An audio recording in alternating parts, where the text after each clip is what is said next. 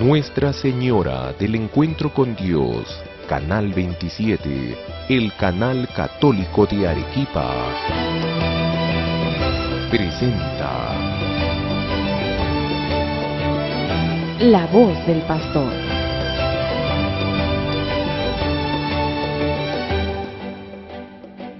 Queridos hermanos y hermanas, en La Voz del Pastor continuamos con nuestro estudio y contemplación de las verdades de la fe contenidas en nuestro Catecismo de la Iglesia Católica. Como recordarán, estamos en estos últimos encuentros, hemos estado viendo el artículo segundo de nuestra profesión de fe: creo en Jesucristo, su único Hijo, nuestro Señor. Y después de haber estudiado y meditado sobre las diversas denominaciones de Jesús como Señor, como Kyrios, después de haber meditado también sobre lo que significa el ser hijo de Dios en Jesús de Nazaret, hemos los últimos días hablado sobre la encarnación del Verbo, en qué consistió esa encarnación. Como recordarán, decíamos que la encarnación del Verbo significa que la segunda persona de la Santísima Trinidad asumió nuestra naturaleza humana, es decir, Dios mismo, naturaleza divina, la segunda persona de la Trinidad. La naturaleza divina, la segunda persona de la Trinidad asume nuestra naturaleza humana y de este modo, en esa persona que es solamente una, la segunda persona de la Trinidad, pero se da esta unión que se llama hipostática entre naturaleza divina y naturaleza humana. Y veíamos también en nuestro último encuentro las consecuencias de esa unión hipostática, de esa unión de dos naturalezas en una sola persona.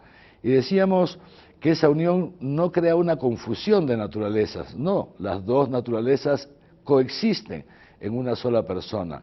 Y decíamos que justamente por esa coexistencia, entonces nuestro Señor Jesús tenía un conocimiento, ¿no es cierto?, por un lado el conocimiento divino, que caracteriza y que es propio de Dios, también evidentemente la segunda persona de la Trinidad, pero al mismo tiempo como hombre tenía ciertas limitaciones, es decir, que por un lado conocía todo, pero por otro lado su conocimiento humano se iba abriendo paso paulatinamente conforme él también se iba desarrollando, como nos lo dice el evangelista Lucas, iba creciendo en edad, en sabiduría y en gracia.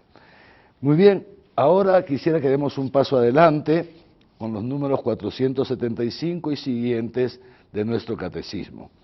El número 475 nos habla de la voluntad humana de Cristo. Claro, si Cristo era verdadero Dios y verdadero hombre, entonces como hombre tenía una voluntad. Todos los hombres tenemos una voluntad, pero también Dios tiene una voluntad. Fíjense qué interesante esto. Entonces, ¿cuántas voluntades habían en Jesús de Nazaret? ¿Cuántas voluntades? ¿Y estas voluntades se contraponían o no se contraponían? Esto es muy importante para nosotros también el saberlo. Pues bien, como todos nosotros sabemos, la encarnación del Verbo es una decisión de la Santísima Trinidad. El Padre, el Hijo y el Espíritu Santo, que siendo tres personas son un solo Dios verdadero, deciden en comunión que el Hijo se hiciera hombre. Se hiciera hombre ¿para qué? Como ya lo hemos dicho muchas veces y lo sabemos, se hiciera hombre para el perdón de nuestros pecados. Se hiciera hombre para lograr así nuestra salvación. Se hiciera hombre para revelarnos ese amor tan grande que Dios nos tiene y de esa manera confirmarnos en la voluntad de Dios también para nosotros, que es nuestra divinización. Pues bien, esa es la voluntad de la Trinidad, que la segunda persona se haga hombre, que hecho hombre, dice San Pablo, asumiera la condición de esclavo, es decir, ocupara el último lugar, obedeciendo hasta la muerte y dando su vida en la cruz por nosotros. Muy bien, esto en cuanto a la voluntad divina. Y ahora hablamos de la voluntad humana. Jesús de Nazaret, verdadero hombre también, tenía su propia voluntad humana. Ahora, con esta voluntad humana estaba unida a la voluntad divina, de modo que en ningún momento le puso obstáculos. Fíjense ustedes qué belleza, qué grandeza, que Jesús de Nazaret, verdadero hombre, se decida en lo profundo de su libertad humana también, a hacer en todo, única y exclusivamente, la voluntad de Dios. Y en este sentido, su voluntad humana se subordina a la voluntad divina.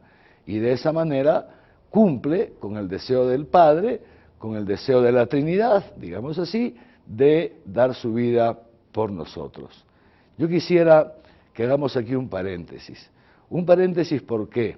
Porque ciertamente en el desenlace del misterio de la pasión y muerte de nuestro Señor Jesucristo, este desenlace que es su resurrección y que es su ascensión al cielo, y desde ahí el envío del Espíritu Santo para nosotros, en este desenlace que es un desenlace de victoria, no de fracaso ni de derrota, sino de victoria, de triunfo sobre el pecado y sobre la muerte, en este desenlace, repito, se pone de manifiesto el desenlace de la vida y la muerte de todos aquellos que en el transcurso de nuestros años en este mundo procuramos hacer la voluntad de Dios. Dios no nos ha creado para la nada, Dios no nos ha creado para el sinsentido, Dios tampoco nos ha creado para dejarnos a cada uno que veamos qué hacemos con nuestra vida. No, Dios nos ha creado para algo. De esto hemos hablado cuando hablamos del primer artículo de nuestra profesión de fe. Y justamente nuestra realización como personas, la de cada uno de nosotros, consiste en descubrir, como fue descubriendo Jesús de Nazaret, cuál es la voluntad de Dios para nosotros, cuál es la voluntad de Dios para cada uno de nosotros, en nuestra vida cotidiana, en nuestro proyecto de vida. ¿Cuál es la voluntad de Dios para ti? ¿Será que te cases? ¿Será que te hagas sacerdote? ¿Será que te hagas religiosa, que consagres tu vida de una u otra manera al servicio del Señor? En fin, cada uno de nosotros está llamado a esto, ¿no es cierto? Yo, si me permiten compartir con ustedes, pues ya hace prácticamente 30 años descubrí esto. Descubrí que Dios me llamaba a ser sacerdote, que Dios me había creado para ser sacerdote. Yo tenía otros planes humanos, había estudiado Derecho en la universidad, creo que todos lo saben, ya trabajaba en un estudio de abogados, en fin, venía pues teniendo una vida laical. Y en esas circunstancias Dios me inspira, Dios me ilumina esa vocación, el sentido de mi vida. Y gracias a Él y a su infinita misericordia y a su gracia, me di cuenta que ese era el camino que Dios había trazado para mí al momento de crearme, y que solamente en ese camino podía yo encontrar la plenitud de mi vida como persona. Repito, han pasado casi 30 años y me doy cuenta cada día que cuánta razón tenía esa inspiración que Dios me hizo, porque realmente veo que este ha sido el camino que Dios creó para mí, y que es en el sacerdocio, en el servicio a Dios y en el servicio a los demás, totalmente gratuito y a tiempo completo, donde yo me estoy realizando como persona y estoy caminando hacia esa plenitud del reino para la cual Dios me ha creado. Pues lo mismo cada uno de ustedes, queridos hermanos y hermanas, están llamados también a meditar. ¿Es la voluntad de Dios que te cases con esta persona, con esta otra? ¿Es la voluntad de Dios que vayas al seminario, que te hagas sacerdote? ¿Es la voluntad de Dios que te consagres como religiosa? Porque en la medida en que descubras la voluntad de Dios y sin miedo, a lo mejor un poquitito de nerviosismo sí algunas veces, pero poniendo la confianza en Dios, pueda dar los pasos para seguir su voluntad, y de esa manera verás cómo poco a poco vas también encontrando tu plenitud humana. Así como Jesús, que sometió, decíamos, su voluntad humana a la voluntad divina. Siguiente punto que nos trata el Catecismo, el número 476, el cuerpo de Cristo. ¿Cómo era el cuerpo de Cristo? Pues el cuerpo de Cristo era un cuerpo humano, nos lo dice bien el Catecismo. Un cuerpo humano igual que el tuyo, igual que el mío. Un cuerpo humano con todas las limitaciones propias de la naturaleza humana. Estamos hablando del cuerpo humano de Cristo antes de su resurrección. Pues era un cuerpo como el de nosotros, con sus mismas limitaciones, también como nosotros tenía hambre, también como nosotros se cansaba. Esto los evangelistas no han querido ocultar. estas limitaciones en el cuerpo de Jesús de Nazaret. Recordamos, por ejemplo, las ocasiones en que los evangelios nos cuentan que Jesús estaba cansado, por ejemplo, cuando llegan a Samaria, y estaba tan cansado que ya se queda en la puerta del pueblo de Samaria, en ese pozo que estaba a la entrada del pueblo, porque estaba muy cansado. Y entonces manda a los apóstoles que vayan a buscar algo de comer, porque ya era la hora de la comida y también tenían todos hambre. Entonces, así como eso, vemos también cómo Jesús tiene los mismos sentimientos, estos sentimientos tan humanos de llorar por la muerte de un amigo como Lázaro, estos sentimientos de enfadarse, como se enfada cuando expulsa a los vendedores del templo, etcétera. Es decir, Jesús tenía un cuerpo como el nuestro, un cuerpo con esas mismas limitaciones, necesitaba comer, necesitaba, en fin, satisfacer las necesidades humanas que todos nosotros tenemos. Ahora, en ese cuerpo de Jesús de Nazaret es donde Dios quiere realizar su santa voluntad. Y por eso, fíjense ustedes que gracias a eso, nosotros hoy día podemos, como Jesús es el rostro del Padre, nosotros, y ese rostro se nos ha hecho visible en su persona y en su cuerpo, entonces nosotros hoy día podemos también hacernos representaciones de Jesús. Esto es importante porque tantas veces algunas personas de otras comunidades, de otras religiones, nos tachan de idólatras porque rendimos culto a las imágenes, etcétera, etcétera, y esto es un gran error por parte de ellos.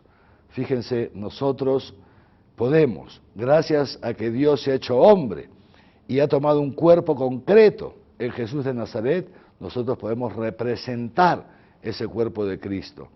Y ahora, miren ustedes que esa representación del cuerpo de Cristo ha pasado desde generación en generación hasta nuestros días.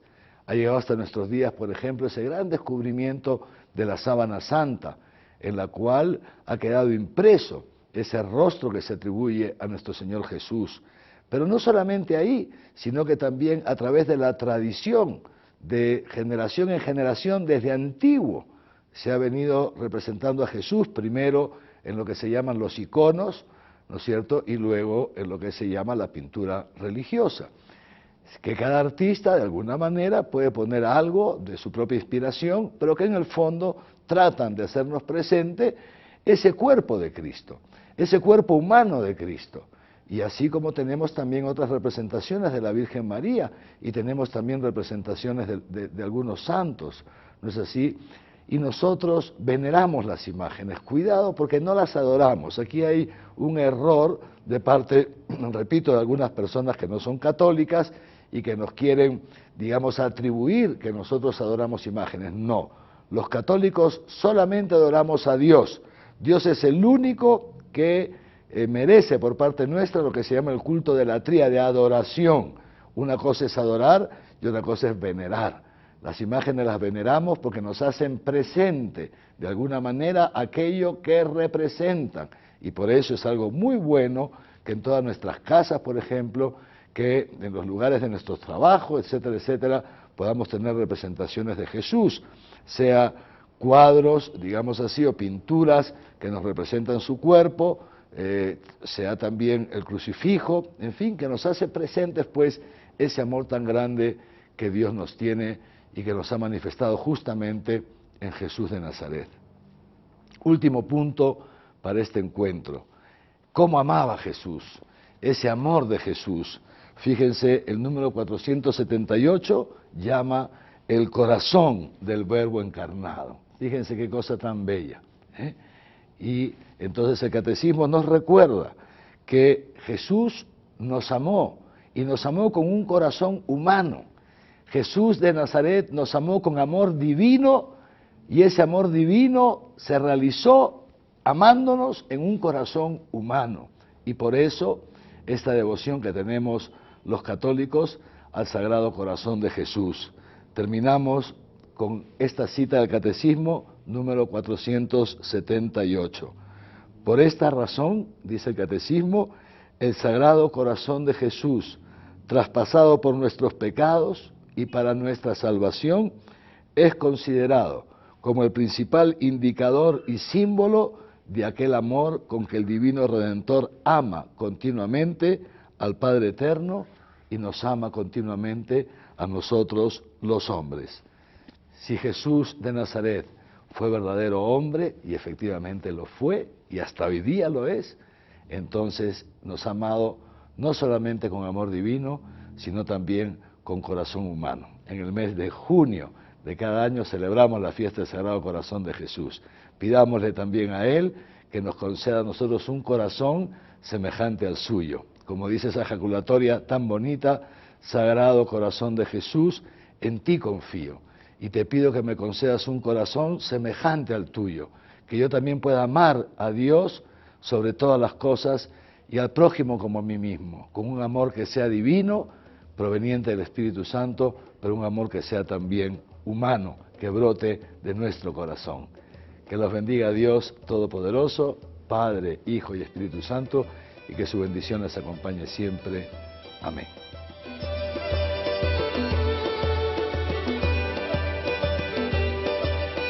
Nuestra Señora del Encuentro con Dios, Canal 27. El Canal Católico de Arequipa presentó La voz del pastor.